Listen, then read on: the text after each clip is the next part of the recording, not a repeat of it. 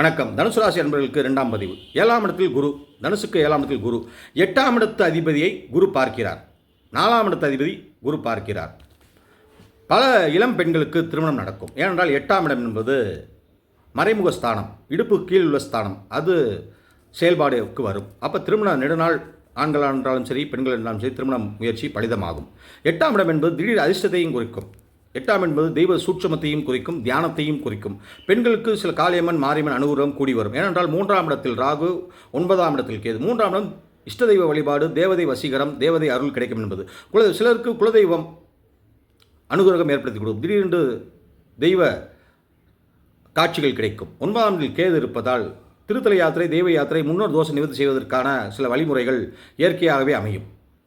பொதுவாக 4 குடியோன் 7ஆம் இடத்தில் இருந்தால் தாய்வழி சொந்தங்களால் நன்மையும், லக்னத்துக்கு சந்திரனுக்கு அதிபதியாகிய குரு பகவான் 7ஆம் இடத்தில் இருப்பதால் தன்னுடைய மிடுக்கான திறமையும், பதவி உயர்வும், நிர்வாகத்திறனும், எதை முன்கூட்டி யோசித்து செய்கின்ற வெற்றி வாய்ப்பை தேடுகின்ற திறனும் ஏற்படுத்தி கொடுக்கும். ஆக 7ஆம் இடத்தில் 6ஆம் இடத்தில் இந்த குரு விலகி தோஷமான இருக்கின்ற குரு விலகி 7ஆம் இடத்தில் வருவதால் பலவிதமான யோகத்தை ஏற்படுது. நீங்கள் வாழ்க்கையில் நினைக்கின்ற வசதி வாய்ப்பு கூடும். கல்வியில் முன்னேற்றம் ஏற்படும், தொழிலில் முன்னேற்றம் ஏற்படும், வீட்டில் வசதி வாய்ப்பு பெருகும், கணவன் மனைவி அன்பு பெருகும், குழந்தை பாக்கியத்துக்கு முன்னேற்றத்துக்கு தேவையான வசதி வாய்ப்புக்கான பொருளாதாரம் ஏற்படுத்தி கொடுக்கும். 1க்கு 2 தொழில் செய்யலாம். வெளியூர் வெளிநாடு சென்று வாழ்க்கையை தொடங்கலாம். பூர்வீக மாறி வசிப்பவர்களுக்கு ஒரு யோகமான காலகட்டங்கள். பொதுவாக இந்தியாவை பொறுத்த வரைக்கும் பெங்களூர், கோயம்புத்தூர், பம்பாய், டெல்லி என்ற பகுதிகளெல்லாம் ஐடி தொழில் சிறப்பாக இருப்பது என்பது ஒரு கருத்து.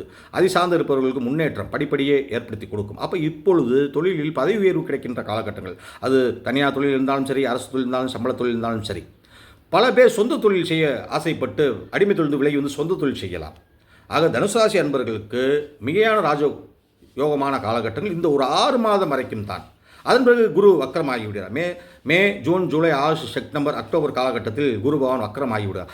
அது லக்னத்துக்கு 8ஆம் இடத்தில் அஷ்டமத்து குருவாக மாறிவிடார். ஒரு 1.5 மாதம் ஒரு சோதனை காலமாக இருக்கும். அதன் பிறகு மீண்டும் 7ஆம் இடத்துக்கே சென்று விடுவார். ஆக தனுசு ராசி நண்பர்களுக்கு எது செய்தாலும் இந்த 6 மாதத்துக்கு முன் பலிதமாகும். அப்படி இல்லை என்றால் பின் 6 மாதம் 2005 10வது மாதம் மேல் சில மாற்றங்கள் ஏற்பட்டு செய்கின்ற முயற்சி பலிதமாகும். பொதுவாக தனுசு ராசி அன்பர்கள் முருகனுடைய வழிபாட்டை சிறப்பாக செய்து வர வேண்டும் என்பதுதான் முக்கியமான கருத்து. 2வது அம்மன் வழிபாடு. உங்களுக்கு இஷ்ட தெய்வமான குலதெய்வமான வழிபாட்டில் இருந்தாலும் சரி, முருகன் வழிபாடு, அம்மன் வழிபாடு செய்து கொண்டால் பலவிதமான முன்னேற்றங்கள் ஏற்படுத்தி கொடுக்கும். பெண்களுக்கு ஆண்களால் முன்னேற்றம், ஆண்களுக்கு பெண்களால் முன்னேற்றம், குடும்பத்தில் பிள்ளைகளுக்கு பெற்றோர்களால் முன்னேற்றம், பெற்றோர்களால் பிள்ளைகளுக்கு முன்னேற்றம் என்று கூறி தொடர்ச்சியாக தனுசு ராசி என்பவர்களுக்கு கலத்திர குரு பலவிதமான நன்மை செய்ய வந்து விட்டார் என்பதால் நீங்கள் எதையும் துணிந்து செய்யலாம்.